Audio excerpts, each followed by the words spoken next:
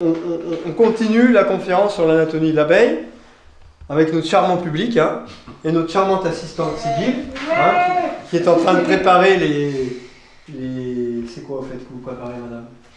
Alors là, c'est des truffes au miel, saveur cacao, saveur noix, saveur noisette et saveur coco. Voilà, c'est la nouveauté de ce matin. Bravo, madame. Merci. Alors, on revient à la partie importante de l'abeille, c'est-à-dire l'ampoule rectale. On a vu que l'ampoule rectale, ça stocke les matières fécales. Oui. C'est-à-dire, l'abeille ne défèque pas dans la ruche. Sauf si vraiment elle est malade, quand il y a des diarrhées, ça peut arriver, comme nous quand on est dans la maison. Voilà, l'abeille c'est pareil. Sauf que là, son ampoule rectale, ça lui permet de sortir dehors et faire sa rôle de propreté. Voilà. Donc la première chose que fait une jeune abeille qui naît, elle se nettoie, elle se nourrit, elle commence à nettoyer un peu partout. Puis quand elle commence à faire, qu'elle a plus d'expérience, elle va faire, on va dire 2 semaines, 3 semaines après, son premier vol de propreté, quoi. Voilà. Voilà. Donc, au bout, je dirais au bout du bout, eh ben, il y a le... En fait, le dard, il n'est pas sorti, mais elle peut le sortir, voilà.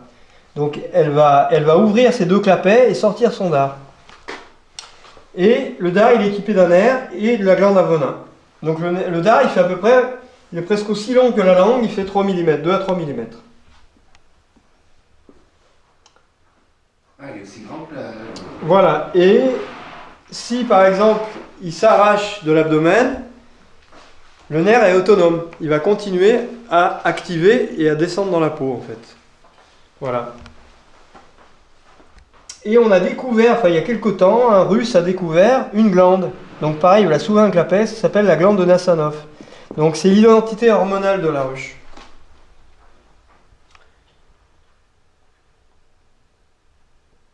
Alors sur la planche de vol, je vais dessiner une petite ruche par exemple, voilà, pour expliquer un petit peu comment ça se passe.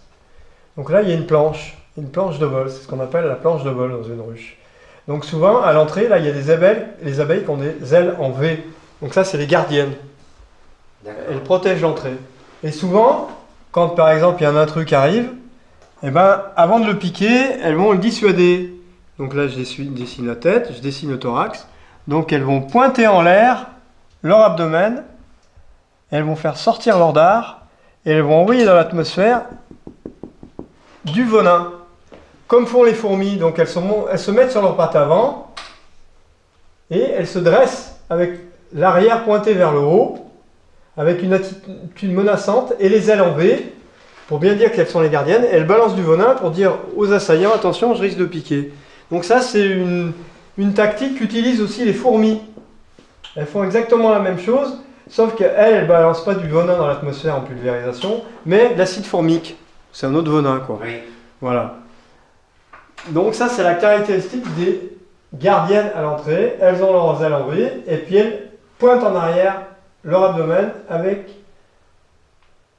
la glande à venin sortie qui expulse en pulvérisation du venin pour dire attention, si vous approchez, on vous pique. Elles font exactement la même chose avec la glande de Nassanov. S'il y a une partie de la ruche, des abeilles qui se sont perdues autour de la ruche, elles vont ouvrir ce clapet et faire pareil, envoyer pas du venin, mais des ferrohormones. La ferrohormone, chaque ruche ont leur propre identité hormonale et chaque glande de Nassanov est la même pour une même entité ruche. D'accord. Donc ça, c'est l'information de la ruche. C'est l'information hormonale.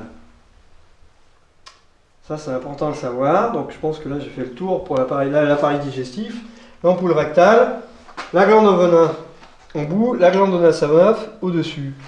Et on a vu les glandes ciliaires, là, sous l'abdomen, et les 2 glandes mandibulaires, au-dessus de chaque mandibule, qui correspondent à nos mâchoires, à nous, et les glandes hypopharyngiennes au-dessus du cerveau. Je pense que là, j'en ai fini avec l'anatomie de l'abeille.